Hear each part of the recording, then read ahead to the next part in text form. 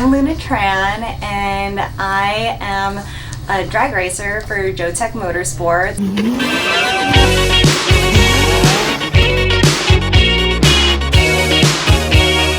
So my childhood, I grew up in an immigrant family. I was born in the Philippines, and my family came here in 1989 to California. And so we basically started from scratch getting into it. I started really getting into sports cars when I was 16, got my driver's license, and I got a 91 Mazda Miata. That was my first car. It was a stick shift. When I graduated from the dental hygiene program, that's when I upgraded to a Corvette Z06 C4. I started racing back in, oh my god, like 2013.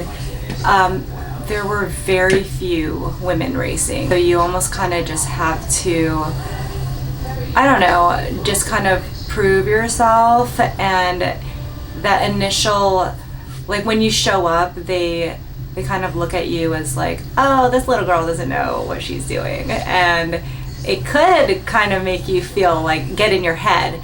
And so that's the stuff that I had to overcome, is that like hyping myself up, saying that I can do it, I can be in the crowd in a male dominated sport, because that's the whole like Hello Kitty mentality. That's why the car is Hello Kitty, is because I have that Hello Kitty personality where I'm just kind of like, oh, okay, well, maybe, I don't know, like just like that super nice attitude where I don't get like aggressive or competitive. And over the years, that's what I started to learn how to do, is to make myself like feel like I do belong there. And so that was kind of that challenge, is just kind of feeling out of place in the beginning. But over the years, like just doing more events, you know, you just kind of have to have that like positive, or I guess just feel like you belong in it, and then you start to do well, I guess. Perfect. I know you said you already had like this kind of passion for cars growing up, and you really liked sports cars, but how would you say you really got started in the industry, and what really motivated you to get involved with Jotech? Oh yeah,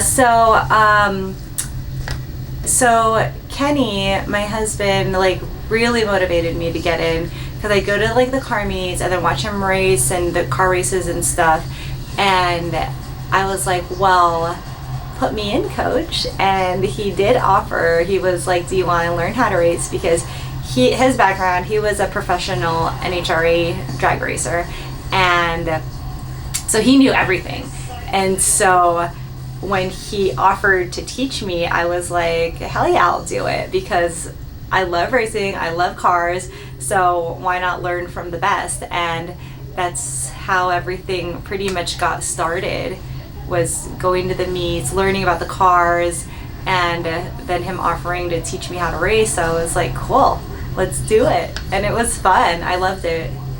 Perfect. Can you tell me a little bit more about the cars that you've customized for car shows, and what really makes them unique compared to other cars that might be in? So I've always had, I've always stuck to the GTR platform, and I've probably like had 5 from like then till now. Like I had a 2009 GTR, and then I had like a 2012, and then a 15. So we just kept like changing it, and then I got a GTR Nismo, and that's where we got the world record for that.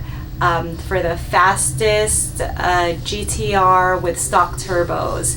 And so what makes all of these cars unique is that they're all modified, but you can race the hell out of it and still drive it to like a car meet. So every year, I feel, not every year, but like every few years, I'm like upgrading the horsepower, the parts, and it's getting faster and faster. And the car, like we ended up just selling it and then getting a newer one. So there's constantly this trade. But now with the 50th anniversary Lunatic car that I have, that one I'll keep for forever if I can. Perfect. How do you balance the creative aspect of what you do with the technical and the customization aspect of So it. the customization, I pretty much leave that up to the guys because they have the shop. They study like what the new parts are, what's good, what's bad, what needs to be replaced, and I do the aesthetics on making the car pretty. And that's what our deal was. Is I told them, I was like, you can make it however fast you want, as long as I could drive it, number one, and number two, as long as I can put the aesthetic of like making it girly and like Hello Kitty vibes and everything. So that's how it turned into the lunatic car. Perfect. I know you've already touched on it a little bit, but what are some of the major challenges you faced as a woman in this industry, if you have any more? So now currently there are more women racing, which is good. And it's not necessarily like, oh, because I am a girl, like poor me in this male dominated sport. It's not like that. It's just sometimes people do like women racing, and we do get like all of this like good positive feedback even from the male drivers. But when you do start winning, collecting trophies, then that's when people could get bothered by it. But not necessarily if you're a boy or a girl, but because it's such a competitive sport and everybody wants to win, that's when they start trying to like nitpick and like try to I don't know, sometimes they try to get you disqualified. And so that's the challenge, is like when you're up there, that's when people start trying to tear you down and finding little things that aren't even valid to disqualify you.